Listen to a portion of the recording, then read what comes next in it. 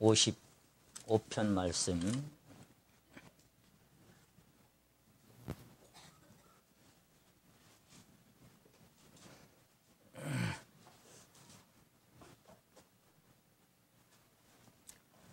찾으셨으면 1절에서 8절까지 말씀을 1절에서 8절까지 말씀 함께 읽어보시도록 하겠습니다. 시편 55편 1절에서 8절까지 말씀입니다. 시작. 하나님이여 내 기도에 귀를 기울이시고 내가 간구할 때에 숨지 마소서. 내게 굽히사 응답하소서. 내가 근심으로 편치 못하여 탄식하오니 이는 원수의 소리와 악인의 압제의 연고라. 저희가 죄악으로 내게 더하며 노하여 나를 핍박하나이다. 내 마음이 내 속에서 심히 아파하며 사망의 위험이 내게 미쳤도다. 두려움과 떨림이 내게 이르고 황공함이 나를 덮었도다. 나의 말이 내가 비둘기같이 날개가 있으면 날아가서 편히 쉬리로다. 내가 멀리 날아가서 광야에 거하리로다. 셀라. 내가 피난처에 속히 가서 폭풍과 광풍을 피하리라 하였도다. 아멘.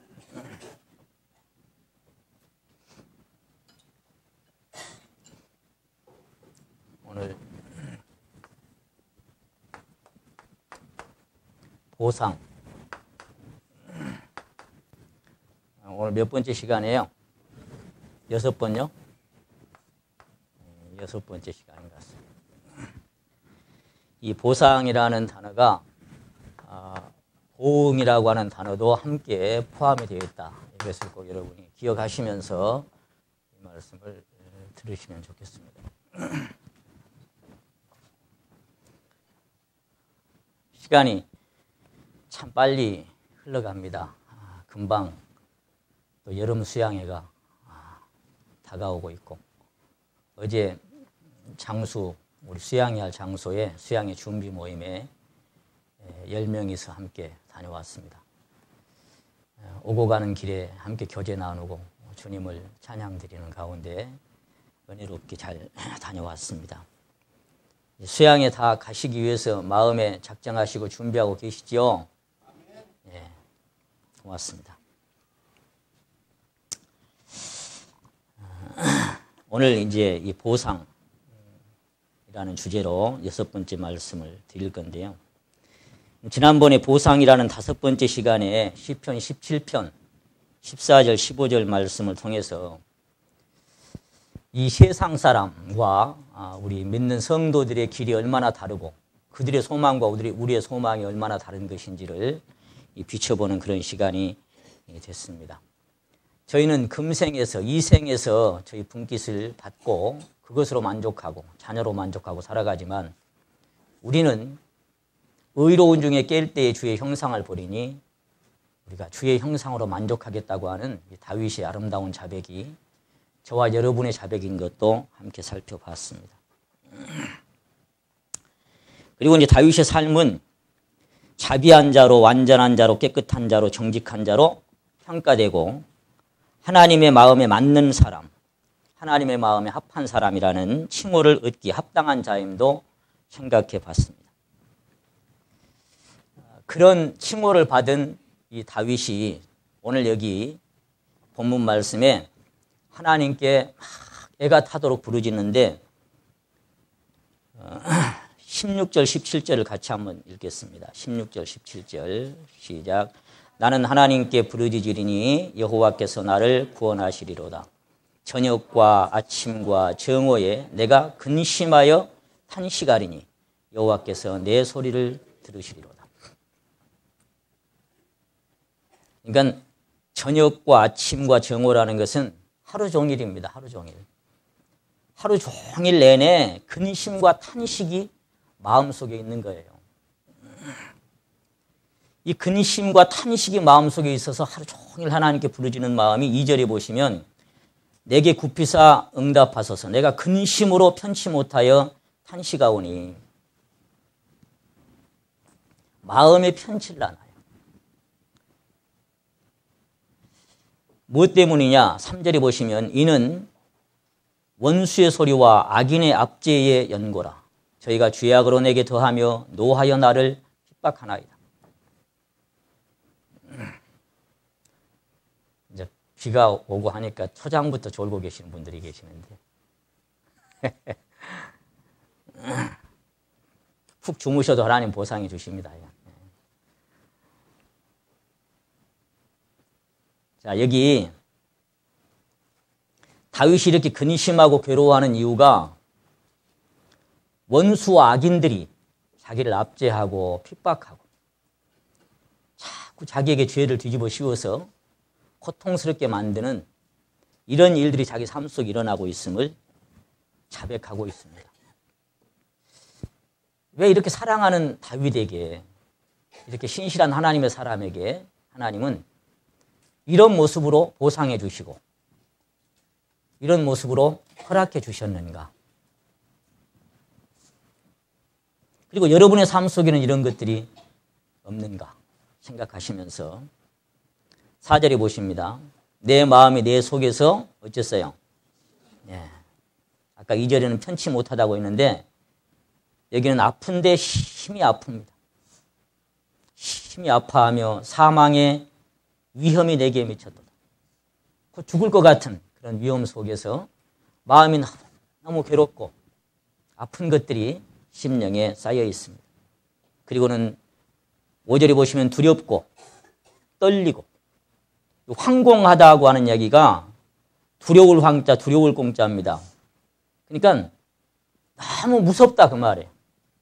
하나님의 임재 앞에서도 그렇지만 또 그런 여러 가지 상황과 환경이 밀려오는 가운데 너무 황공합니다. 너무 마음이 떨리고 마음 둘 데가 없습니다. 그런 뜻입니다. 왜 이 사람이 이런 마음이 되기까지 하나님은 허락하셨을까요? 왜 이렇게 보고만 계시는 걸까요? 그래서 6절에 보시면 이 사람의 마음은 나의 말이 내가 비둘기같이 날개가 있으면 날아가서 편히 쉬리로다. 내가 멀리 날아가서 광야에서 거하리로다. 다른 말로 표현하면 도망가 버리고 싶다. 어딘가로 이 모든 환경과 처해진 여건과 이런 상황 형편들 다 그냥 털어버리고 싶고 벗어버리고 싶고 어딘가 훌훌 날아가서 다 벗어버리고 그냥 편히 좀 쉬었으면 좋겠다. 왜 내가 이런 압제와 고통 속에 내가 이렇게 하루하루를 살아야 되는가? 이런 마음이 이 사람 심령 안에 가득 찬 겁니다. 사랑하는 성도 여러분, 여러분은 일상을 살아갈 때 여러분의 삶 속에서 다윗 같은 마음이 들 때가 없습니까? 다 벗어버리고 싶고 이런 환경이 싫고 이런 형편과 사정들이 왜 내게 이런 어려운 일들이 닥치고 이런 고통스러운 일이 닥치는가? 정말 비둘기처럼 날개가 있으면 나도 다 벗어버리고 어딘가로 훌훌 떠나버리고 싶은, 때로는 먼 하늘 이상한 구름만 떠도 행여 안에 주님 오시는가 해. 주님 빨리 가고 싶습니다. 그렇다고 내가 뭘 하나님 앞에 자랑스럽게 잘해서도 아니고 내가 하나님께 뭐 내세울 게 있어서도 아닌데 그냥 다 벗어버리고 죄 많은 이 세상은 내 집안이네 그냥 가버리고 싶은 그런 마음이 들 때가 없습니까? 지난번에 제가 말씀드린 것처럼 마음의 아픔과 상처를 경험하지 못한 사람들은 남의 흉터를 조롱한다는 말씀을 드렸습니다. 내 안에 그런 인생의 아픔과 상처와 괴로움들을 겪어보지 못하면 내 주변에 아파하는 사람들의 심령에 함께 위로자가 될 수가 없습니다. 사도 바울은 받은 많은 환난 속에서 환난을 통해서 같은 환난을 받은 자들을 위로하는 자로 하나님이 세워주셨고 주님과 다윗과 이것은 우리가 걸어가야 할 길이고 이 사람들이 겪는 이 모든 것들은 우리에게 허락하신 것들은 내 주변 형제 자매들에게 또 세상 사람일지라도 그 아픔을 겪은 사람들에게 위로로 다가설 수 있는 그런 따뜻한 주님의 마음, 주님의 심장을 가진 사람으로 우리를 빚어가시기 위한 하나님의 작업입니다. 마음의 상처를 받아보지 않은 사람은 남의 흉터를 조롱하는 사람으로 교만하고 오만한 사람으로 남을 수밖에 없습니다. 주님의 온유와 주님의 겸손을 품은 사람으로 만들기 위해서 하나님 때때로 우리를 이렇게 다 벗어버리고 싶고 도망가고 싶은 그런 환경을 하나님은 허락하시는 것입니다. 자, 오늘 이제 양면성을 한번 살펴보려고 합니다. 하나님은 사랑이십니다. 사랑은 그 하나님의 사랑은 아가페 사랑이라서 그냥 일방적으로 막 사랑해 주신 사랑인데 또 반면에 미움과 질투의 하나님이시기도 합니다. 그 사랑을 거부하고 받아주지 않았을 때 그 질투하시는 하나님의 미움은 또 상상할 수 없을 만큼 무섭게 나타나는 거예요. 그 양면성이 하나님에게 있습니다. 용서하시고 은혜를 베푸시지만 반면에 심판과 저주를 내리시는 하나님으로 우리는 잘 기억하고 있습니다. 이와 같이 우리가 성경의 어떤 인물에 대해 토론할 때, 인물에 대해서 말하고 교제할 때 서로 상반되게 나타나는 두 방면을 다 살펴보고 이해할 수 있을 때 비로소 그 사람의 전체적인 성향을 파악할 수가 있습니다. 특히 다윗의 심령과 삶 속에 나타나는 현상들이 그러한 경우가 많이 있습니다. 우리가 이러한 부분을 놓치지 않고 살펴볼 수 있을 때 그것을 교훈을 삼아서 내 심령과 삶 속에도 서로 다른 양면성이 있음을 새삼 깨닫게 되고 그 안에서 지혜를 얻을 수가 있게 되는 것입니다. 예를 든다면 다윗은 시편 103편에서 구원의 기쁨과 즐거움을 노래합니다. 제가 시간상 안 참고 그냥 말씀을 진행해 가겠습니다. 시편 103편에서 내 영혼아 여호와를 송축하라, 내 속에 있는 거 다 여호와를 송축하라 하면서 계속 하나님을 송축하는 구원의 즐거움과 여호와께서 좋은 것으로 내 소원을 만족케 하셨다라고 그러면서 하나님을 막 그 구원의 즐거움을 찬양합니다. 근데 시편 51편에 와서는 하나님께 실수하고 범죄한 이후에 그 기뻤던 즐거움, 구원의 즐거움을 나한테 좀 회복시켜달라고. 주님 나를 제발 쫓아내지 마시고 구원의 즐거움을 내게서 회복시켜달라고 또 막 기도합니다. 그런 양면성이 있습니다. 시편 18편 20절부터는 하나님께서는 자신의 의를 따라 상 주시며 자기 손의 깨끗함을 쫓아 갚으셨다고 감사합니다. 그런데 반면에 시편 51편 17절에서는 하나님의 구하신 제사는 상한 심령이라고. 자, 한때는 주님 나는 깨끗하고 주님 나는 의롭고 주님 나는 선하고 이렇게 했는데 하나님께 그것을 따라서 하나님께서 내게 대우하시고 갚아주신다고 했는데 또 한편에서는 하나님이 구하시는 제사는 상한 심령이다. 내 어떤 의로움이나 자랑이 아니라 내 실패하고 찢겨지고 상하고 고통당한 이 마음을 가지고 나갔을 때 하나님 받아주신다라고. 하나님은 구하시는 제사가 상한 심령이라고 또 그렇게 자백합니다. 그렇게 양면성이 있습니다. 그것은 어쩌면 우리가 신앙생활을 하는 데 있어서 신앙의 이 세월이 흐름에 따라서 반드시 배워야 할 공과를 단계별로 우리에게 보여주고 있다. 저는 그렇게 보여집니다. 나는 그 자리에 안 갈 것 같았지만 다윗 같은 믿음의 사람이 간음죄와 살인죄를 범하고 하나님 앞에 엎드려져서 그 고통스러운 징계를 받아내는 눈물이 있을 줄을 누가 알았겠습니까? 그러나 우리는 자만하지 말아야 할 것은 주님의 길, 다윗의 길이 고난의 길이고 우리는 반드시 그 길을 가야만 합니다. 우리는 좋건 싫건 간에 반드시 가나안의 문턱인 요단강 앞에 가데스 바네아까지 한 번은 가야 되고 로마서 7장까지 한 번은 우리가 경험하게 됩니다. 반드시 우리 자신을 발견하게 되는 하나님 앞에 정말 탄식하고 부르짖게 되는 그런 아픈 자리까지 가야 하는 신앙의 단계가 있습니다. 그리고 그것을 넘어간 사람은 이제 비로소 자기 자신의 얼마나 더럽고 추한 인생인지를 자백하게 되고 오직 하나님만 일생 평생 자랑으로 삼는 그런 삶을 살아갈 수 있는 사람으로 바꿔놓습니다. 여러분의 자랑거리는 무엇입니까? 시편 119편에서는 행이 완전한 자가 복이 있다라고.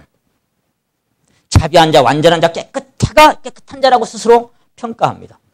그런데 또 반면에 시편 51편에서는 하나님이여 내 속에 정한 마음을 창조하시고 내 안에 정직한 영을 새롭게 해달라고. 그게 바로 로마서 7장의 8장으로 넘어가는 문턱 앞에 와 있는 다윗의 자신을 설명하고 있는 것입니다.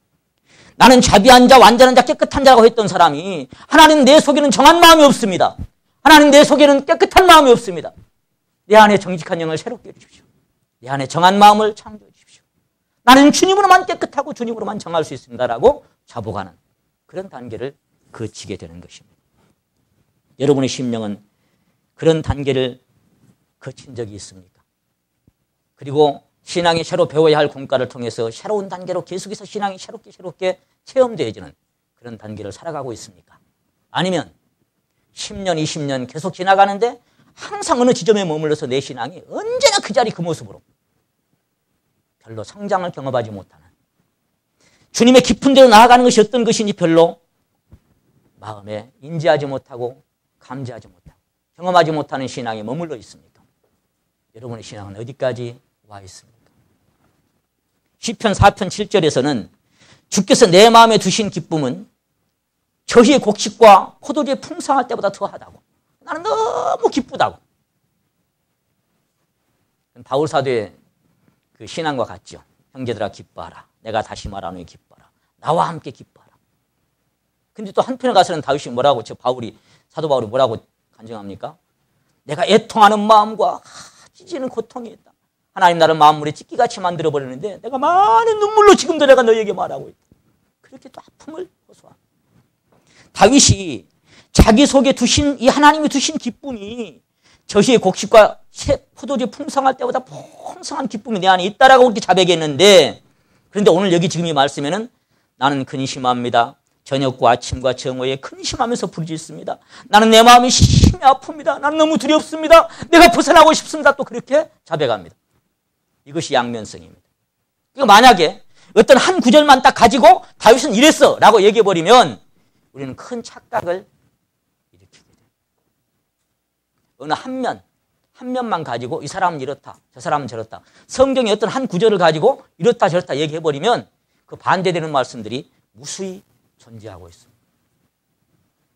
그래서 성경을 자세히 살펴볼 필요가 있는 것입니다.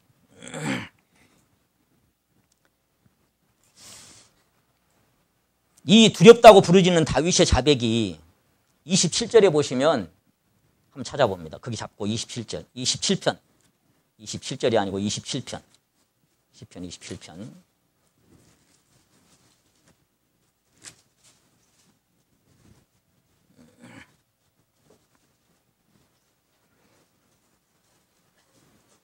(1절부터) (3절까지를) 같이 한번 읽겠습니다. 시작. 여호와는 나의 빛이요 나의 구원이시니 내가 누구를 두려워하리요. 여호와는 내 생명의 능력이시니 내가 누구를 무서워하리요. 나의 대적 나의 원수와 원수된 행악자가 내 살을 먹으려고 내게 왔다가 실족하여 넘어졌도다. 군대가 나를 대적하여 진칠지라도 내 마음이 두렵지 아니하며 전쟁이 일어나 나를 치료할지라도 내가 오히려 안연하리로다. 이런 사람이었어요. 하나님 나의 빛이다. 하나님 내 생명의 능력이시다. 내가 누구를 무서워하겠냐? 내가 누구를 두려워하겠냐? 이렇게 큰 소리쳤던 믿음의 사람이 지금 오늘 본문 말씀에서 나는 근심하고 두렵고 떨리고 있습니다. 내 원수들이 이렇게 나를 괴롭히고 있습니다라고 자백할, 이런 자백과 얼마나 대조적인. 그러니까 다윗이 한편의 간증을 가지고 이 사람은 이런 사람이다 이렇게 얘기해버리면 그 나머지의 사람은 우리가 놓칠 수가 있는 것입니다. 그 사람의 드러나는 모습과 이면적인 모습과 그 사람의 그 양면성을, 내적인 것과 외적인 것을 함께 우리는 볼 수 있을 때 내 신앙도 그와 같이 조명해 볼 수가 있는 것입니다. 특히 이 다윗의 신앙을 보면은 시편 142편에 보시면 어떤 분들은 이런 말씀만 가지고 142편 다윗을 평가할 때 141편입니다.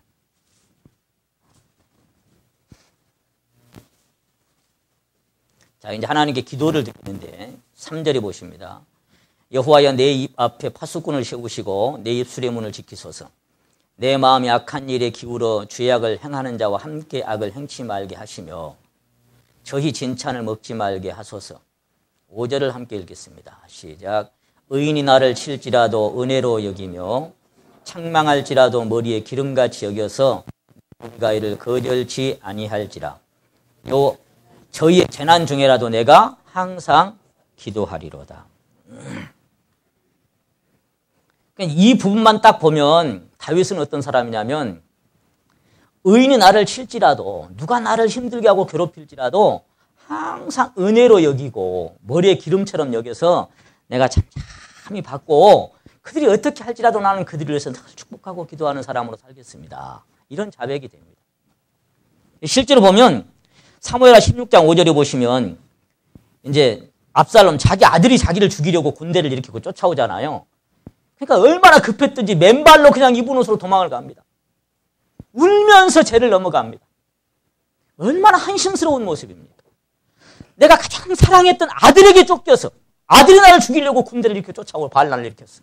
근데 그 아들을 피해서 울면서 맨발로 도망을 갑니다. 피난길에 나섭니다. 몇몇 군사와 함께. 그러고 있는 와중에 저쪽 건너편에서 막 저주하는 소리가 들려와요. 누가 그랬어요? 게라의 아들 시므이가 가라 이 저주를 받은 자라 네가 그 모양 그 꼴이 될 줄 알았다면서 막 저주를 합니다. 그때 다윗이 어쨌어요? 다윗이 태도를 보면은 옆에 신하가 있었어요. 저놈을 그냥 당장 가서 목을 하지 마라.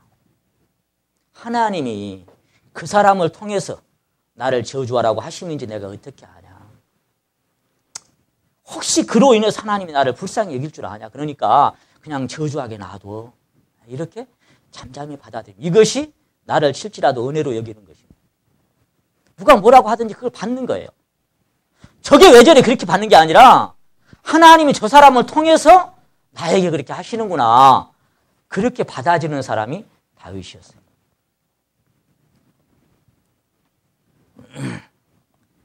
자기를 죽이려고 쫓아다니는 그 사울의 옷자락을 약간 칼로 베은 것 때문에 양심이 찔리고 아파. 이렇게 겸비한 사람이 다윗이었습니다. 근데 반면에 시편 109편으로 가보십니다. 109편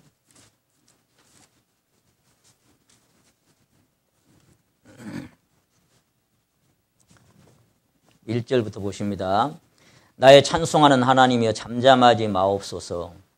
하나님을 자꾸 깨우지요. 이제 뭐 때문에? 2절에 보시면 대저 저희가 악한 입과 괴사한 입을 열어 나를 치며 거짓된 혀로 내게 말하며 또 미워하는 말로 나를 두르고 무고히 나를 공격하였나이다. 내가 잘못한 게 없는데 무고히 억울하게 말하자면 자꾸 괴롭히는 거예요. 속된 말로 자꾸 씹는 거예요. 자꾸 밟아요. 4절에 보십니다. 나는 어쩌나? 자기는 그들을 사랑하지만 저희는 도리어 나를 대적하니 나는 기도할 뿐이라. 하나님 나는 사랑하지만. 여러분 이럴 때 있죠. 내 진심을 몰라줘. 가족이나 친족이나 성도 중에도 나는 정말 위해서 기도하고 사랑하는데 이상하게 뒤에서 씹고 수군거리고 표적을 삼아서 판단하고 저주하는 이런 일들이 얼마든지 있을 수 있습니다. 이것이 주님의 길이요 다윗의 길이요 또는 우리가 가야 할 길입니다. 5절에 보십니다. 저희가 악으로 나의 선을 갚으며 미워함으로 나의 사랑을 갚사오. 기가 막힌 이야기. 내가 선을 베푸고 내가 사랑을 베푸는데 그들은 악으로 저주를 내게 갚아주는 거예요. 그래서 한때는 그렇게 부르짖지요. 넘어지는 담과 흔들리는 울타리 같은 연약한 나를 죽이려고 공격하기를 언제까지 하겠느냐. 좀 그만둬라. 나는 곧 넘어질 것 같은 연약한 인생인데 왜 그렇게 밟아버리려고 왜 그렇게 죽여버리려고 나를 공격하기만 바쁘냐. 왜 그러냐. 누가? 하나님이 그렇게 하신 거예요. 6절에 보십니다. 악인으로 저를 제어하게 하시며 대적으로 그 오른편에 서게 하소서. 저가 판단을 받을 때에 죄를 지고 나오게 하시며 그 기도가 죄로 변케 하시며. 자, 8절 10절까지 같이 한번 읽겠습니다. 시작. 그 년수를 단축해 하시며 그 직분을 타인이 취하게 하시며 그 자녀는 고아가 되게 그 아내는 과부가 되며 그 자녀가 유리 구걸하며 그 황폐한 집을 떠나 빌어먹게 하소서. 이게 축복이에요, 저주예요? 저주도 이런 무서운 저주가 없습니다. 지금 무슨 얘기예요? 쫄딱 망하게 해달라는 거예요. 9절에 보시면 그 자녀는 고아가 되고 그 아내는 과부가 되며, 그러니까 뭐예요? 부모가 다 죽어버리게 만들어달라는 거예요.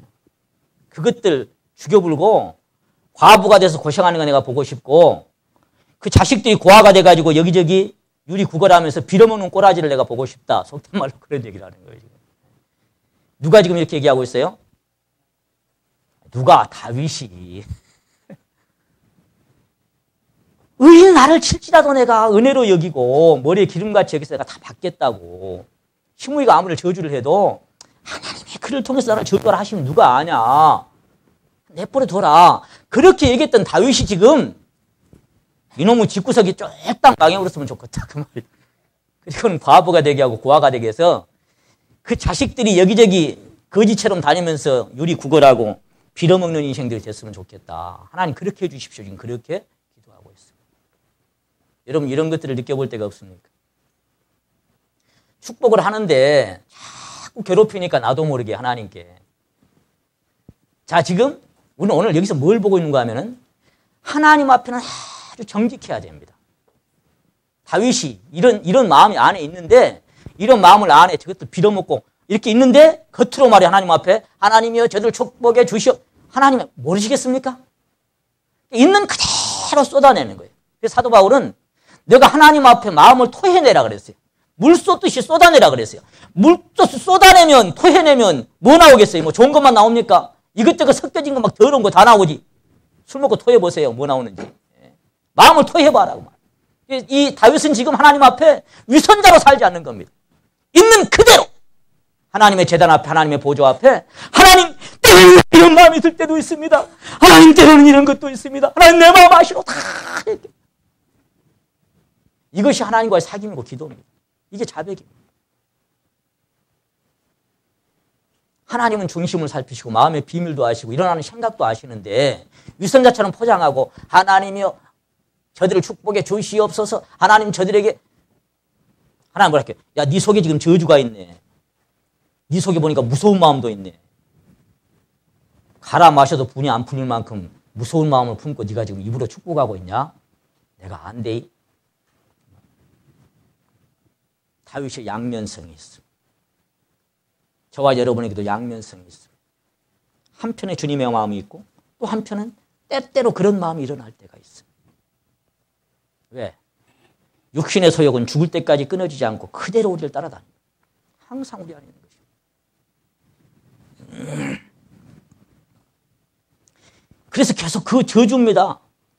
빌어먹게 하시고 고리대금하는 자로, 이게 이제 빚쟁이들이죠. 저의 소유를 다 취하게 하시며 저희 수고한 것을 외인이 탈취하게 하시며, 아이고 이거 막 무서운 저주들을 합니다. 왜 그러냐? 16절에 보세요.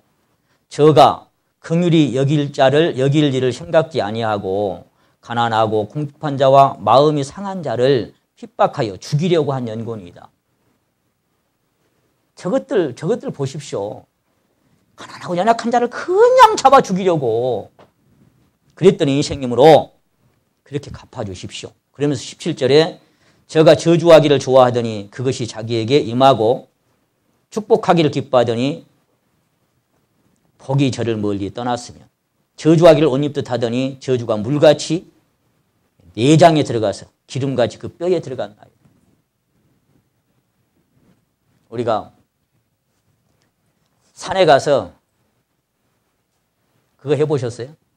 야호 하고 하면 자 건너편 산에 딱 부딪혀가지고 그거 그대로 돌아오죠. 사랑한다 그러면 사랑한다 하고 돌아오고 너 죽어라 그러면 너 죽어라 하고 돌아옵니다. 그게 메아리입니다. 지금 이 다윗의 마음이 그런 거예요. 그 행한 그대로 돌아가게 갚아줄 그 삶 속에. 그게 하나님 보응입니다. 지금 그렇게 얘기하고 있는 거예요. 부메랑 아시죠? 부메랑. 이렇게 싹 던지면 어느 정도까지 갔다가 그대로 돌아와서 딱 돌아와요. 우리의 삶은 이 땅에서가 아닐지라도 반드시 이런 모습으로 우리에게 옵니다. 때때로 이 땅에서 이해할 수 없을지라도 언젠가는 정밀하게 억울하지 않도록 하나님은 그대로 우리에게 갚아주십니다. 그것이 보상이고 보응입니다. 그러니까 거듭 말씀드리지만 이 성경을 그냥 한편적으로 장님 코끼리 만지기라 그러죠. 장님 10명에게 코끼리가 어떻게 생겼느냐고 설명해 보라 그럽니다. 그러면 다리를 만진 사람은 코끼리는 기둥처럼 생겼다라고 우깁니다. 코를 만진 사람은 코끼리는 틀림없이 파이프처럼 생겼다라고 얘기합니다. 배를 만진 사람은 코끼리는 틀림없이 벼른박처럼 생겼다라고 얘기할 겁니다. 꼬리를 만져본 사람은 작대기처럼 생겼다라고 얘기할 겁니다. 그러나 눈 뜬 사람이 딱 보면 코끼리는 이런 모습인 거예요. 일부는 맞았어요. 파이프 같기도 하고 기둥 같기도 하고 벽처럼 같기도 하고 막대기 같기도 하지만 그것이 전체적인 모습은 아닌 겁니다. 우리가 성경의 한 인물이나 하나님의 진리의 어떤 깊은 것들을 볼 때 하나님께서 우리에게 제시하고 싶은 전체적인 모습을 다 볼 수 있을 때 비로소 거기서 우리에게 받아야 하는 교훈과 지혜가 오게 되어 있어요. 그래서 성경을 지난 우리 박준수 형제님 말씀하신 것처럼 베레아 사람은 데살로니가 있는 사람보다 더 신사적이었어요. 간절한 마음으로 말씀을 받고 끝나는 게 아니라 오늘 제가 드린 이 말씀을 여러분이 집에 가서 혹시 또다시 찾아볼 수 있을지는 모르겠어요. 누구 설교가 됐든지 간에. 이것이 그런가요? 자세히 살펴본 적이 있습니까? 오늘 구영지 한 말이 진짜야. 맞아 그게 맞는 말이야.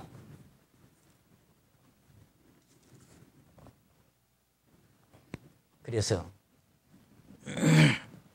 누가 성경을 감히 다 알 수가 있겠습니까? 사도 베드로는 베드로서 3장 15절에 말씀하십니다. 사랑하는 바울 형제가 그 받은 지혜대로 기록하여 너희에게 많은 걸 썼다. 그게 뭐냐면 서신서들이죠. 뭐라고 말씀하시냐면은 그 중에 알기 어려운 것이 들어있더라. 그렇게 인정합니다. 사도 베드로도. 그 많은 걸 썼는데 그 중에 참 내가 읽어봐도 이해하기가 좀 묘한 것들이 어려운 것들이 있더라야. 그러면서 붙여놓은 말씀이 뭐냐면은 그런데 무식한 자들과 굳세지 못한 자들이 그것도 다른 성경처럼 억지로 풀다가 멸망하는 자들이 있더라. 그러니 조심해라.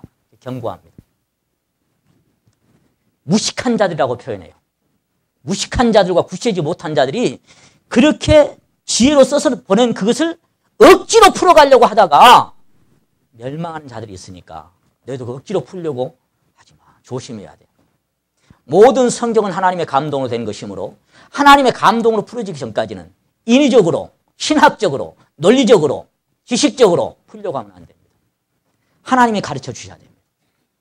제가 몇 번 언급드렸던 것처럼 저는 설교를 하려고 하면 항상 백지를 딱 놓고 그리고 볼펜을 놓고 기도합니다. 하나님 이번 주에 무슨 말씀을 선포하기를 원하십니까? 성경을 앞에 펴놓고 기도합니다. 가르쳐 주십시오. 주의 도를 내게 보이시고 주의 길을 내게 가르쳐 주십시오. 주의 진리로 나를 지도하시고 교훈하소서. 주는 내 구원의 하나님, 내가 총일 주를 바라봅니다. 내 눈을 열어서 주의 법에 기이한 것을 보게 해주시옵소서. 주님, 말씀을 살피기 시작합니다. 주님이 깨닫게 하지 않은 무둔한 인생은 하나도 깨달을 수가 없습니다. 우둔한 자에게 비추어 깨닫게 하신다고는 하나님의 깨달음이 저에게 있기를 원합니다. 왜냐하면 저는 저만 위해서가 아니라 우리 성도들과 함께 나눠 먹기 위해서 주님께 구합니다. 주님, 제게 보여주십시오. 그리고 주시기 시작하면 이제 받아 적기 시작하면 예, 주님, 그렇네요. 예, 아멘입니다. 그리고 나서 이제 함께 나눕니다. 주님이 감동으로 내게 주신 것이 아니면, 그리고 그것이 또 내 삶 속에 접목되어진 것이 아니라면, 내 심령과 함께 교통되어지고 화답된 것이 아니라면 이게 거짓일 수 있습니다. 그냥 하나 이론으로 끝날 수 있습니다. 우리가 찬양을 드립니다. 주 음성 외에는 더 기쁨 없도다. 날 사랑하신 주 늘 계시옵소서. 들려요? 왔다가 안 왔다 그래 이게. 그 다음 후렴은 뭐라고 그랬어요? 기쁘고 기쁘도다. 항상 기쁘도다. 나 주께 왔사오냐고 찬송을 드립니다. 제가 그 찬송을 드릴 때 아까 그 찬송을 드렸죠? 이렇게 좀 돌아봐서 이렇게. 기쁘고 기쁘도다. 항상 기쁘도다. 그게 심령에 정말 나는 기쁘고 또 기쁘고 항상 기쁨이 있는지, 그래서 정말 내가 이 찬양을 지금 드리고 있는지, 기쁘긴 뭐가 기뻐야. 주 주와 같이 길 가는 것 즐거운 일. 그러면 그 표정까지 나와야 되잖아. 즐거운 일하는 거. 즐겁긴 뭐가 즐거워? 이것이 내가 내 심령과 삶 속에 하나로 화답이 되느냐, 아니면 지금 내가 이론의 삶을 살고 있느냐, 그냥 하나의 지식이냐. 많이 하는 지식은 교만케 하는 것입니다. 사랑은 덕을 세우는 것입니다. 여러분, 지식으로 오면 그냥 지식만 그냥 남만. 성경은 뭐가 어떻고 어디가 어떻고. 그 지식은 세상에도 많은 지식이 있어요. 성경 지식은 지나가면 지식이 늘어납니다. 하나님께서 우리 감동을 주시고 내 심령 속에 정말 생명이 되게 하신 것들은 그것과는 하늘과 땅 차이 다른 것입니다. 여러분, 그 다른 세계의 주님을 체험하고 사셔야만 하는 겁니다.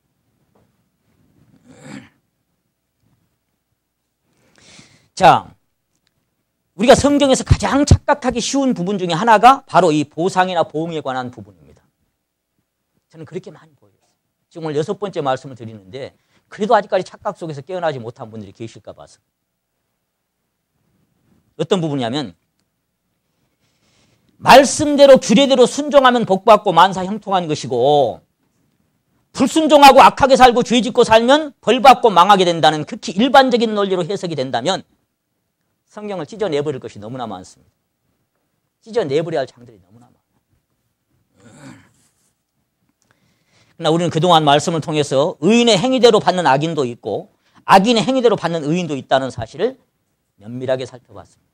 그러므로 함부로 그렇게 얘기해서는 안 된다는 것을, 함부로 우리가 그렇게 믿고 그렇게 평가해서는 안 된다는 것을 계속 우리가 생각하고 있습니다. 우리가 오늘 지금 다윗에 관해서 생각해 보고 있습니다. 다윗은 누구보다 믿음의 사람이었습니다. 다윗이 하나님을 믿는 믿음은 너무나 확고하고 신실했습니다. 다윗의 믿음과 저와 여러분의 믿음이 동일한 것인지, 한 믿음의 뿌리를 갖고 있는 것인지, 자, 우리 역대상 29장 한번 찾아보십시오. 다윗의 믿음이 이겁니다. 역대상 29장.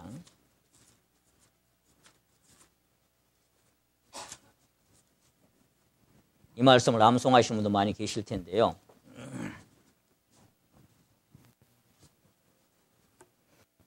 10절로 12절까지를 같이 한번 하나님께 정말 내 믿음이 이런 믿음인지, 이 다윗이 하나님께 자백한 이 하나님께 대한 믿음, 역대상 29장 10절에서 12절까지를 같이 한번 읽겠습니다. 시작.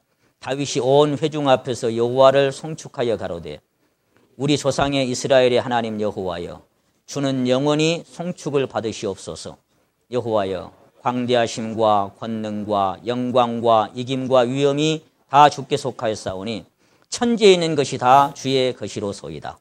여호와여, 주권도 주께 속하였사오니 주는 높으사 만유의 머리심이니이다. 부와 귀가 주께로 말미암고 또 주는 만유의 주제가 되사 손에 권세와 능력이 있사오니 모든 자를 크게 하심과 강하게 하심이 주의 손에 있나이다. 아멘. 이렇게 믿습니까, 여러분도? 여러분도 이렇게 믿습니까? 인생의 생사화복, 모든 것들이, 세상의 모든 것들이 하나님의 손안에 있다는 것을, 하나님의 손안에서 최종 결정되고 좌우된다는 것을, 이걸 믿습니까? 부도, 귀도, 한나의 자백처럼 가난한 것도 부한 것도 낮춘 것도 높아진 것도 하나님은 이런 분이라는 사실을 믿고 사는 것이 다윗의 믿음이었습니다. 시편 89편 11절에 보시면 다윗은 이렇게 외칩니다. 하늘이 주의 것이요 땅도 주의 것이라. 세계와 그중에 충만한 것을 주께서 건설하셨나이다. 하늘에 있는 것이나 땅에 있는 것이나 모든 게 다 하나님의 것임을 나는 시인합니다. 그러므로 내게 지금 허락된 재물이나 건강이나 내 삶 속에 주어진 모든 것들까지도 누구 거예요? 하나님의 것이라는 것을. 자, 그래서 이 모든 것을 성전을 짓도록 준비할 때 다윗은 이렇게 자백합니다. 자, 13절부터 보십니다. 우리 하나님이여, 이제 우리가 주께 감사하오며 주의 영화로운 이름을 찬양하나이다. 나와 나의 백성이 무엇이간데 이처럼 즐거운 마음으로 드릴 힘이 있었나이까. 모든 것이 주께로 말미암아 싸우니 우리가 주의 손에서 받은 것으로 주께 드렸을 뿐이니이다. 그러면서 그 다음 절, 우리는 그림자와 같고 인생 참 허무하고 덧없는 인생이지만 하나님께 우리가 무엇이 간데 이처럼 드릴 힘이 있었고, 왜? 하나님의 것이니까 하나님께 드렸을 뿐입니다. 그래서 17절 보시면 나의 하나님이여 주께서 마음을 감찰하시고 정직을 기뻐하시는 줄 내가 아나이다. 내가 정직한 마음으로 이 모든 것을 즐거이 드렸사오며 이제 내가 또 여기 있는 주의 백성이 주께 즐거이 드리는 것을 보오니 심히 기쁩니다. 나는 주님께 기쁘게 드립니다. 왜? 주의 손에서 오는 것으로 내가 주께 드렸을 뿐이니. 제가 지난번에 구역 모임에서 잠깐 말씀드렸습니다마는 출애굽 25장에 성막을 칠 때 많은 금은 부하가 필요했습니다. 근데 그거 누가 주신 거예요? 부족함이 없이 갖고 왔죠. 애굽 사람의 마음을 감동시켜서 유대민족이 나올 때 구하는 대로 다 주게 만들었죠. 그건 누구 거예요? 하나님의 주시게 하니까 그냥 받아서 갖고 온 거예요. 근데 그걸 가지고 어떤 사람은 금송아지를 만들고 어떤 사람은 성막을 지을 때 썼습니다. 하나님이 주신 것이죠. 다윗도 어디를 가든지 이기게 하시더라고 하는 그 많은 승리의 전리품들이 금과 은과 보석들이었습니다. 이것들 하나님이 이기게 하시고 하나님이 취하게 하신 거니까 하나님의 성전에 모든 것들을 다 드린 겁니다. 성전을 짓게 하려고 준비할 때 솔로몬이 짓도록. 그래서 우리의 믿음이 다윗의 믿음과 같은 믿음이냐고. 모든 것이 하나님의 것이고 하나님께로 말미암았고 그리고 내가 하나님께 모든 것을 드리는데 그것은 하나님께 즐거이 내가 드리고 있습니다. 봉사가 됐건 나의 삶이 됐건 내 인생 전체가 하나님께 기쁘게 드려지는 것이냐. 그 성경은 억지로나 인색함으로 하지 말라 그랬습니다. 억지로 인색함으로 하나님 뭐가 가난해서 뭐가 부족해서 11조가 됐든 감사 헌금이 됐든 성교 협의가 됐든 내가 뭐가 됐든 간에 억지로 인색함으로 하지 마. 그렇게 하려면 하지 마. 그만. 왜? 하나님 뭐가 가난해서 그렇게 하나님의 것을 하나님께 드리는데 무슨 인색하게 있어요.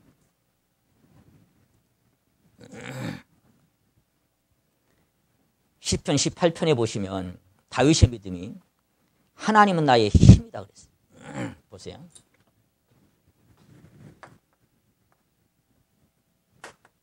하나님이라고 하신 분이 누구의 힘이에요? 이거 믿습니까? 하나님의 나의 힘. 자, 뭐라고 간증한 거 하니까 나의 힘이요.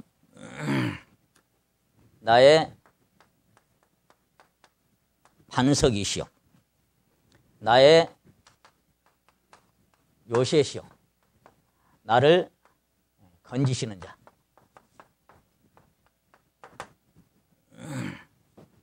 자, 이제 뭐 가장 기본적인 나의 하나님이시오. 나의 피할 바위시오.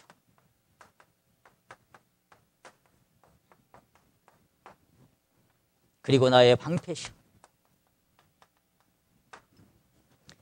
나의 구원의 뿌리시오. 나의 산성이시오. 자, 여기서 중요한 자백이 뭔가 하면은 요겁니다. 요거. 누구의? 자, 같이 한번 읽어봅시다. 나의 힘이요. 나의 반석이요. 나의 요새시고 나를 건지신 자시고 나의 하나님이시고 나의 피할 바위시고 나의 방패시고 나의 뿌리시고 나의 산성이시고. 정말 이것이 나의 하나님, 나의 모든 것이냐 이게. 아니면 그냥 이론이고 듣는 대로냐. 다윗의 믿음 얼마나 확고합니까? 하나님은 나의 빛이요. 나의 생명의 능력이시고. 이것이 다윗의 믿음이었어요.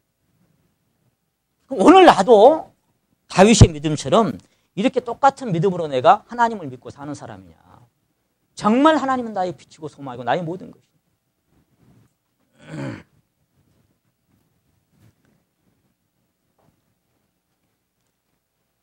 다윗은 이러한 믿음을 가지고 사무엘상 17장에 보시면 야, 사울이 그러죠. 너 어린 소년이 유대민족 중에 아무도 못 죽여, 아무도 못 나가. 근데 네가 어떻게 해? 너는 소년이고 저는 백전노장이야. 다윗은 뭔 믿음이 있어요? 자기 힘이 아니고 하나님은 나의 힘. 뭐라고 얘기합니까? 하나님께서 사자와 곰이 양을 뺏어가려고 하면 내가 가서 곰과 사자를 찢어버렸습니다.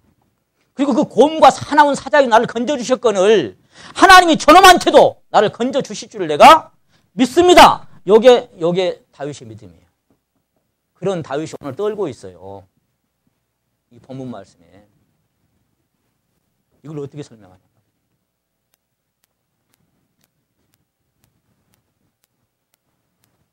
이 다윗의 믿음은 아무것도 두려울 게 없는 사람이었습니다.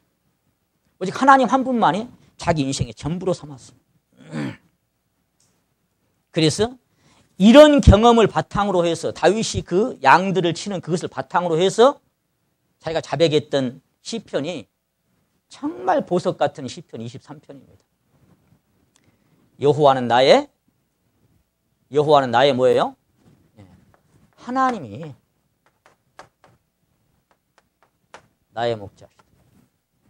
그러니 내게 부족한 거 아무것도 없다. 주 나의 목자시니 나 부족 없으며 주 인도하는 대로 늘 따라가리라. 주님 어디로 인도하든지 어디든지 예수 나를 이끌면 어디든지 예수 함께 가겠네.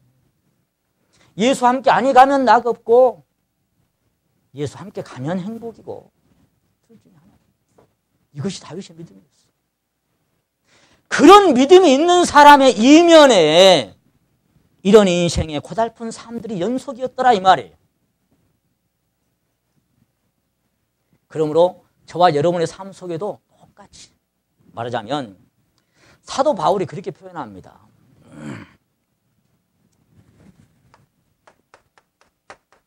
근심하는 자 같으나 항상 기뻐하고 아무것도 없는 자 같으나 모든 것을 가진 자다 내가. 무슨 얘기야? 근심이 없는 게 아니라 날마다 마음에 눌림이 있고 근심이 있어요. 그런데 또 항상 기뻐요. 이게 무슨 얘기야? 하나는 이 땅에서 겪어야 할 필연적인 고난의 길이고 하나는 내면에 겪게 하는 그리스도로 말미암은 환희와 기쁨. 이러한 삶이 저와 여러분이 이 땅에 살아가는 동안 지속되는 것입니다. 계속되는 것입니다. 어쩔 수가 없는 것입니다. 아직은 우리가 바라는 클라이막스가 이루어지지 않았습니다. 그날이 옵니다. 그날이 오고 있습니다. 그래서 이 다윗의 믿음은 뭐냐면은 시편 20편에 보시면 혹은 병거 혹은 말을 의지하나 우리는 우리 하나님을 의지하리로다. 저희는 꿇어 엎어지지만 우리는 일어나 승리할 것이라고 자백합니다. 이게 다윗의 믿음이에요. 우리가 하나님을 의지하고 용감히 행하리니 그는 우리의 대적을 밟으실 자이심이로다 말이에요. 어떤 대적을 만나면 하나님 갈까요 말까요? 가라 하면 가서 밟아요. 하나님 붙이시겠나이까? 붙여주면 가서 주셔요. 이게 하나님 주신 다윗 안에는 믿음이었어요. 내가 원수를 따라 미치리니 저희가 가서 넘어지기까지 내가 그를 포기하지 않고 끝까지 가서 밟아버립니다. 그리고는 얘기합니다. 주께서 내 원수의 목전에서, 이게 사단 마귀지요.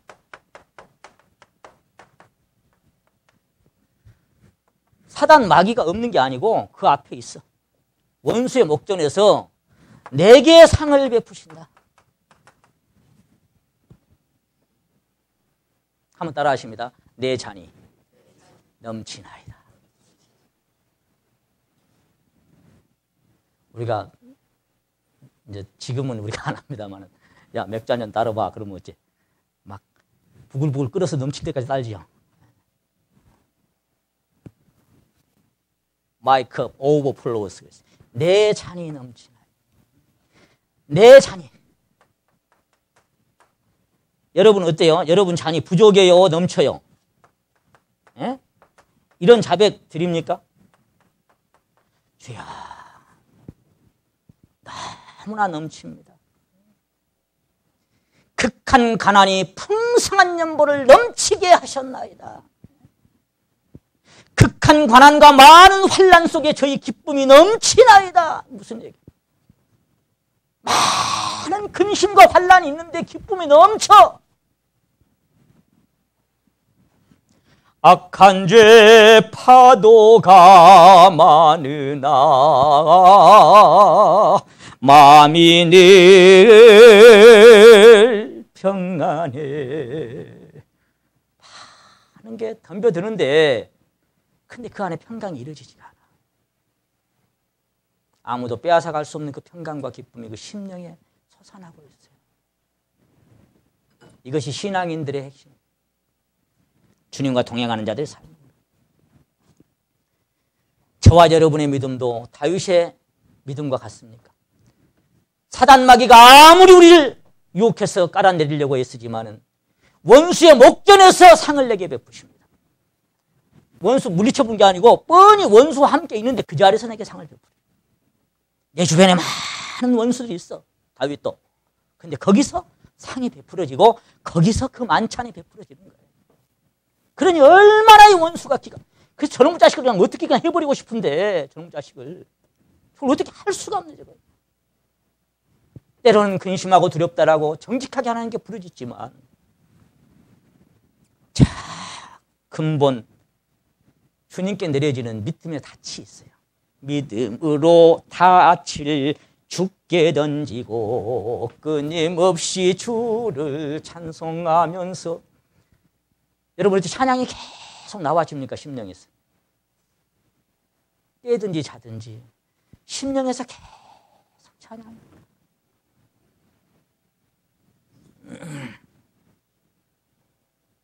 탄식하고 원통하고 두렵다라고 자백했던 다윗의 이 믿음.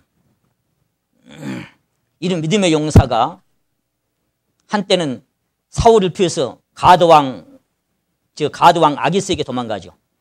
그때 왜 도망갔어요? 너무 두려워가지고 죽을 것 같으니까. 도망가가지고 가드왕 아기스가 너 저놈 가만히 보니까 골리앗 때려잡은 놈 아니야 이거. 유대 이 골리앗 때려잡은 놈 그 장수 아니야. 알아보니까 나를 죽일란갑다. 그때부터 어쨌어요 이제? 힘을 질질질질 흘리면서 기둥에 가서 기적거렸죠. 그리고 하고 있으니까 아기스가 말했어요. 저놈 미쳐버렸네 저놈. 저놈 정신 빠진 미친놈 아니야. 야 이놈들아. 우리나라에 미친놈에서 저런 미친놈을 데려왔냐? 빨리 쫓아내! 동굴 속으로 도망가죠. 하나님 두려워하면 거기서 담대하지.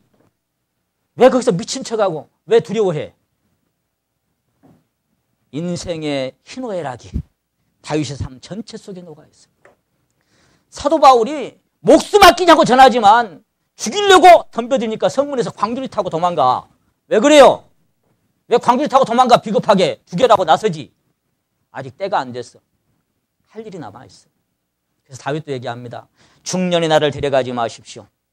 중년에 젊었을 때 데려가지 마시고 조금 하나님 할 일 할 수 있도록. 내가 살아서 하나님의 이 행사를 선포할 수 있도록 하나님 조금. 우리가 지금 살아있는 이유가 뭡니까? 헛되이 시간을 낭비하고 세월을 낭비하는 사람들이 아니라 살아가는 삶 속에 나를 통해서 주님의 그 존귀하심이 드러나고 그분의 뜻과 그분의 일들이 나를 통해서 나타나기 위한 그것 때문에 내가 오늘 여기 남아있는 거예요. 그렇지 않다면 무슨 의미가 있어요? 시간만 가버리면. 제가 지난번에 이런 얘기 안 하려합니다. 여기 본인이 있으니까. 어쨌거나 이런 양면성을 갖고 있습니다. 이것은 뭘 얘기해 주고 있느냐면 가장 연약한 인성과 가장 완벽한 신성을 동시에 지니고 사셨던 그리스도의 성품을 그대로 반영하고 있습니다. 이 다윗의 성품을 그렸습니다. 그리스도는 가장 완벽한 신성에 파도야 잠잠하라, 죽은 자 일어나라, 귀신아 나가라 끝났어요. 요즘 보니까 김기동이 난리대 성락교회. 그것이 알고 싶다 막 뭐 추정 뭐 나와가지고 막 뭐 이 젊은 예편이 아니고 여자분들 건드리고 뭐 막 CS배 막 난리가 났어요. 예? 그 사람 맨날 귀신 얘기하니까 지금 생각나는 귀신 하려고 한 게 아니고 귀신 쫓아내려고 그 사람 우리나라 귀신 제일 잘 쫓아내는 그 저기네 그 사기로 다 자꾸 드러나잖아요. 귀신 가 그러니까 귀신들 사람이 퍽 떨어지고 말. 여러분, 우린 이 땅에 살아가는 동안 하나님께서 내게 허락하신 그분의 신성과 그분의 인성을 동시에 우리도 주님처럼 똑같이 지니고 살아갑니다. 이 땅에 살아가는 모든 성도들의 심령과 삶 속에 그대로 이 다윗의 양면성이 나타나고 있는 것을 그대로 보여줍니다. 제가 자주 말씀드리죠. 오늘 참 날씨가 좋네. 화창하다. 야, 너무 좋다. 내일 아침에 먹구름 끼고 비 올지 누가 알아. 너무 좋아하지 마라. 내 인생의 다음 모퉁이에 오늘 구준비 내리는데 내일 아침에 천명한 햇살이 비칠지 누가 압니까? 그러니 형통할 때에는 기뻐하고 공부할 때는 생각하고 너무 자만할 필요도 없고 그저 하루하루를 내일 일은 난 몰라요. 내가 뭘 어떻게 내 인생을 가겠습니까? 우리는 우리의 인생길을 내가 어떻게 할 수가 없습니다. 여러분, 다윗의 믿음은요, 시편 145편에 보시면 여호와는 자기에게 간구하는 모든 자고 진실하게 간구하는 모든 자에게 가까이 해주신다라고. 다윗의 믿음은 기도가 확실하게 응답될 것을 믿고 사는 사람이었어요. 시편 5편 1절이 보시게 되면 여호와의 나의 말에 귀를 기울사 나의 심사를 통촉 하소서. 나의 하나님 나의 주께서 아침에 내가 주께 기도하리니 주께서 내 말을 들으시로다. 주님 나의 말에 귀를 기울이시고 나의 심사를. 그래서 하나님 진실하게 구하는 기도를 다 들어주신다라고 다윗은 믿고 살았습니다. 특히 시편 116편에 보시면 한번 찾아봅시다. 시편 116편. 이런 믿음이 다윗의 믿음이었어요.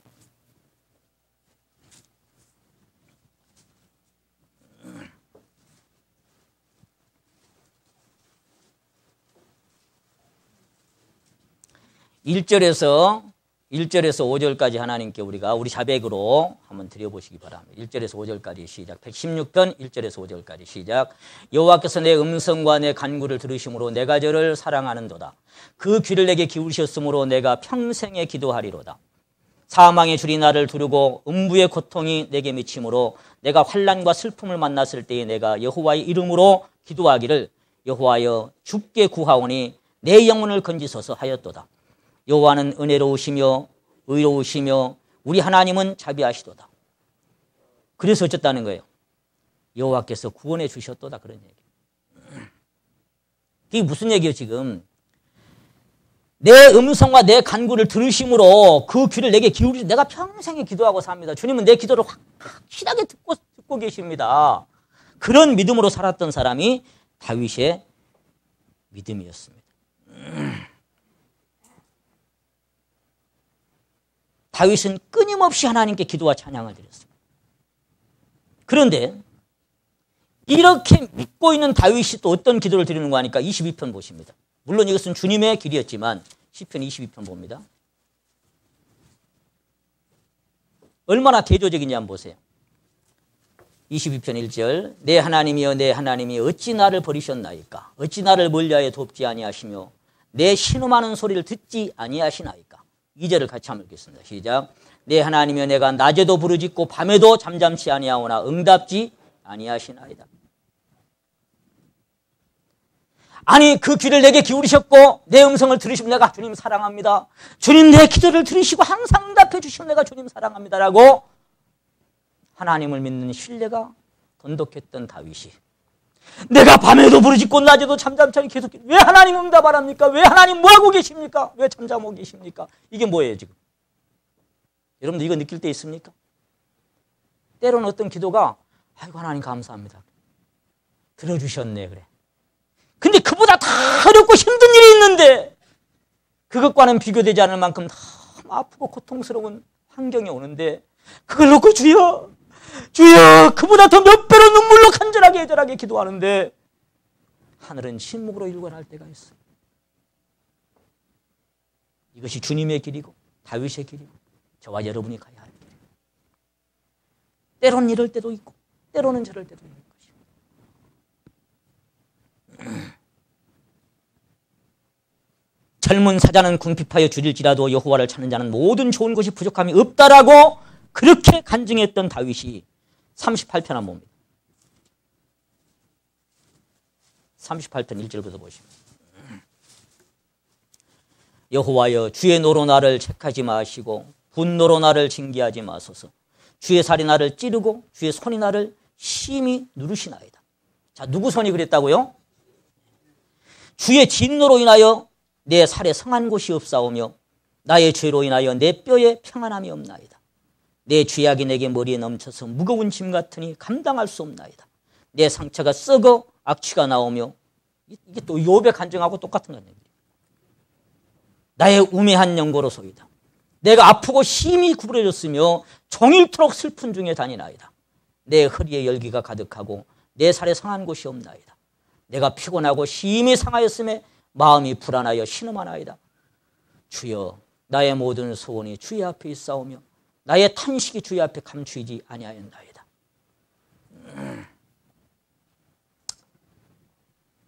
이 양면성을 여러분의 삶 속에 느끼고 계실 겁니다.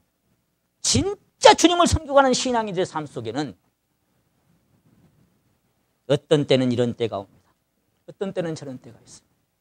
그런데 그 속에서 내가 하나님을 신뢰하고 따르고, 보세요, 힘들고 어렵고 고달프고 눈물 날 때는 그거 가지고 그대로 주님을 따라가고, 기쁘고 만사 형통하고 모든 걸 잘 풀 때는 또 그거 그대로 감사하면서 따라가는, 내 가는 길이 푸른 초장이든지 쉴만한 시냇가이든지 음침한 사망의 골짜기든지 내가 어디든지 내 믿음이 어떤 환경에서나 오직 하나님만을 내가 붙들고 가는 사람이냐, 그 말이에요. 어떤 상황에서 나는 오직 하나님만을 내가 의지하고 가는 사람.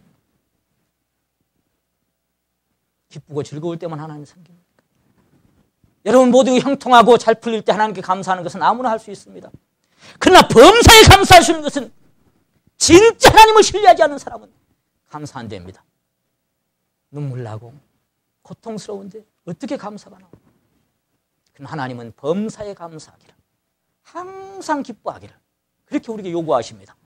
그것이 우리를 향하신 하나님의 뜻이니까 그 뜻대로 너희가 좀 해달라고 얘기합니다. 다윗은 눈물과 고통도 바구니에 많이 올려보냈지만, 애절한 사연과 애절한 기도들도 간구들도 많이 부르짖고 올려보냈지만, 그보다는 감사의 바구니, 찬양의 바구니, 전규와 영광의 바구니를 가득가득 채워서 하나님께 맨날 올려드렸어요.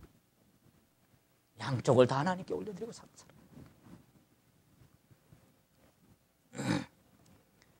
그래서 하나님의 반응하심도 지금 다윗에게 반응하신 이 하나님의 이 섭리가 오늘 저와 여러분에게 똑같이 반응되고 있습니다. 우리의 삶 속에 다윗에게 반응하신 하나님이 똑같이 반응합니다. 다윗의 마음은 하나님께 감사하는 사람이었습니다. 특히 시편 136편 1절부터 보시게 되면은 여호와께 감사하라, 그네가 무슨 영원함이로다, 감사하라, 영원하다, 감사하라, 26번이나 감사하라, 감사하라, 감사하라 계속 얘기합니다. 성경은 감사로 제사를 드리는 자가 하나님을 영화롭게 하는 자라고 자격합니다. 감사로 제사를 드리는 자. 감사는 받은 은혜가 있는 사람이 마땅히 하나님께 드릴 표현이요, 마땅한 행위입니다. 다윗은 외칩니다. 여호와께서 내게 주신 모든 은혜를 내가 무엇으로 보답할꼬? 내가 구원의 잔을 들고 여호와 앞에 나아가며 모든 성도들 앞에서 하나님의 이름을 찬송하겠습니다. 하나님 내게 주신 모든 은혜를 내가 무엇으로 보답할꼬? 그렇게 주신 은혜가 너무 보답하고 싶고 감사할 게 많이 있었는데, 또 한편으로는 그 이면에 너무나 고통스러운 삶들이 그에게 적게 됩니다. 다윗은 여호와께 감사하며 그 이름을 불러하려며 그 행사를 만민 중에 알게 할지어다. 그에게 노래하며 그를 찬양하며 그의 모든 기사를 말할지어다. 그 성호를 자랑하라. 무릇 여호와를 구하는 자는 마음이 즐거울지로다라고 외칩니다. 하나님께 감사해라. 하나님을 찬양하라. 그 성호를 찬양하고 살아라. 신약은 우리가 여기는 영구한 도성이 없고 오직 장차 올 것을 찾나니 이러므로 우리가 예수로 말미암아 항상 찬미의 제사를 하나님께 드리자. 이는 그 이름을 증가하는 입술의 열매라고 말씀하셨습니다. 여러분, 하나님께 드리는 여러 가지 제사가 있는데 성경은 무슨 제사가 있어요? 찬미의 제사가 있어요. 찬미의 제사. 이것이 찬미의 제사를 입술의 열매라고 얘기합니다. 하루 종일 지나가는데 한 번도 하나님께 감사와 찬양을 드려보지 않은 삶이 있습니까? 아니, 어쩌면 교회 올 때까지 여러분의 삶 속에 감사와 찬양이 빠져 있다면 하나님 마땅히 받으셔야 할 찬미의 제사를, 자, 항상 찬미의 제사를 하나님께 드려라. 이는 그 이름을 증가하는 입술의 열매다. 하나님이 기쁘게 받으실 입술의 열매. 다윗은 법궤가 들어올 때 미친 사람처럼 그냥 춤을 춰버렸습니다. 그거 보고 판단한 미가는 평생 애기를 못 가졌습니다. 여러분, 찬양은 그래서 막 물론 우리가 맞출 수 더 좋죠. 그러나 마음으로 드리는 거예요. 마음의 감사함으로 하나님을 찬양하는 거죠. 여러분의 삶 속 다윗은 다 이런 삶을 살았습니다. 제가 어제 수양이 준비원에 갔다 오다가 잠깐 말씀드렸습니다만, 술 취하지 말라 이런 방탕한 것이니라고 에베소 5장이 말씀하실 때 그 다음에 바로 나온 말씀이 뭐냐면은 성령의 충만을 받아라 그랬어요. 술과 성령을 같은 선상에 놓고 말씀하십니다. 왜 그래요? 술 먹으면 이 사람이 자기 정신이 빠져 가지고 옛날에 없던 흥이 나와. 그래서 막 그냥 없는 기분이 나오죠. 술이 그렇게 만들어. 술이라고 하는 녀석이. 근데 성령은 어때요? 성령도 우리가 마시는 겁니다. 그럼 많이 마시면 많이 마실수록 취합니다. 그러면 그 다음에 바로 나온 말씀을 성령 충만을 받으라 그래놓고 그 다음 말씀이 이것도 하고 저것도 하라가 아니라 성령의 충만을 받으라 그래놓고 시와 찬미와 신령한 노래들로 서로 화답하며 마음의 감사함으로 하나님을 찬양하라. 이게 바로 이어지는 말씀들이에요.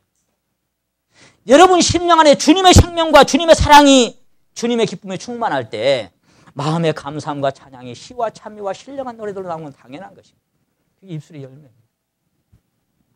근데 하루 종일 가도 내가 텔레비전 들여다보고 인터넷 들여다보는 시간이 많은데 정말 찬송 몇 곡이나 외우십니까?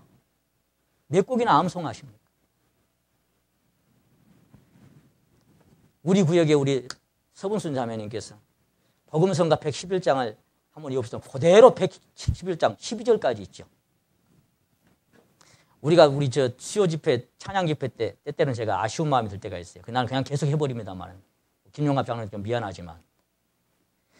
252장, 253장은 7절까지 있잖아요. 그러니까 항상 뭐냐면은 1절 형제님들이 하시고 2절은 이제 쉬어갑시다. 뭘 쉬어가요? 그 얼마나 힘들어서 쉬어갑니까? 우리 김형제님. 그냥 막 드리면 돼요.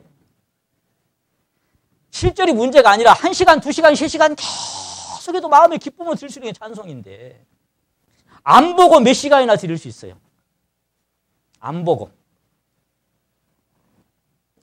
제가 여기서 부산까지 간다 차 몰고 그러면 부산까지 갈 때까지 안 보고 계속 나와져. 외우려고 내가 노력한 게 아니라 들이다 보니까 자꾸 마음에 솟아나. 시와 찬미와 신령한 노래들 우리 삶 속에 계속 이어지는 삶. 하나님은 그러한 삶을 살게 하시려고 우리를 부르시는 거예요. 그러한 삶을 살아가게 하시는 거예요. 그래서 다윗은 이런 찬양의 사람이었습니다. 오늘 시간이 또 많이 갔습니다. 여기까지 또 마쳐야 되겠습니다. 그래서 여러분과 저의 삶이 하나의 어떤 규례나 룰이나 내가 오늘은 수요일이니까 교회 가야 되고 주일날이니까 교회 가야 되고 또 뭐 어찌해야 되고 하는 그런 어떤 룰에 잡혀서 살아가는 사람이야.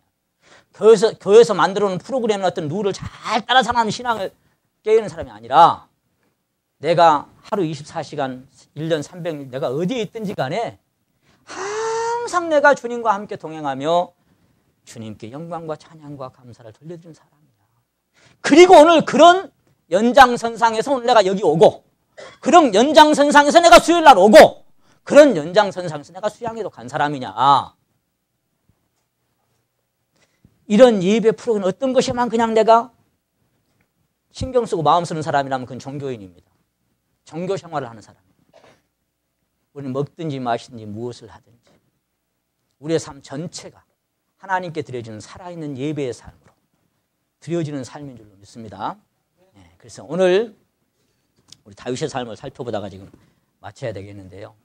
저와 여러분의 삶이 누구의 가슴을 두드려 보든지 간에 이런 다윗의 간증과 찬양이 늘 함께 나눠지는 그런 우리의 삶이 되시기를 원합니다. 자, 신약성경 고린도전서 11장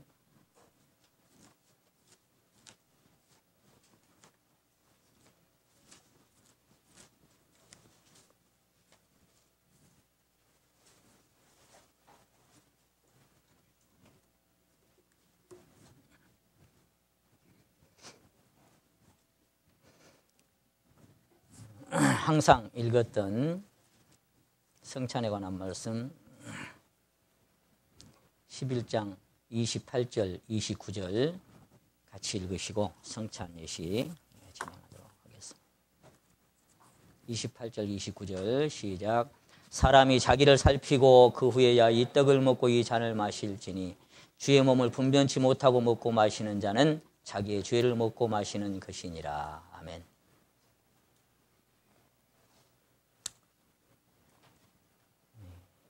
이 말씀을 계속 읽다가 그런 생각이 들었어요. 자기를 살피고 자꾸 우리가 읽는데 살피고 끝나버리면 무슨 소용이 있겠는가, 그런 생각이 들었습니다. 야고보서에 그런 말씀이 있죠. 듣고 행치 않는 자는 거울로 자기 얼굴을 들여다보고 잊어버리는 사람이다 그랬어요. 거울로 딱 들여다보니까 뭐가 묻었어, 닦아야 되겠다 그랬는데 잊어버린 사람이 뭐예요? 그걸 지우지 않고 그대로 또 다니다가 그날 거울을 보는 거예요. 아직까지 안 지워졌네? 그리고 또 잊어버리는 거예요. 거울을 보고 자기의 생긴 어떤 것을 잊어버린 사람과 같다. 그 말이 뭔 말이에요? 자기를 살피는 것은 왜 살펴요? 살피고 거기서 하나님께서 꺼려하시고 내 양심에서 꺼리고 내 신앙 양심에서 거리끼는 것이 있으면 그것이 돌이켜지고 버려지고 내려지고 달라져야 살핀 가치가 있을 거 아니에요. 살펴지고 그대로 둔다면 듣고 잊어버려. 거울을 보고 닦아야지. 그 다음에 또 닦아야지. 맨날 삶이 그대로라면 무슨 소용이 있겠습니까? 그래서 자기를 살피고 그리고 하나님 보게 하신 것이라면 하나님 앞에 서원하고 제해드리고 하나님과 나 사이에 끼어있는 구름이나 한 점의 안개도 끼어있지 않도록 청명한 하늘로 주님을 대하시는 그런 우리의 삶이 되시기를 원합니다. 기도드리겠습니다.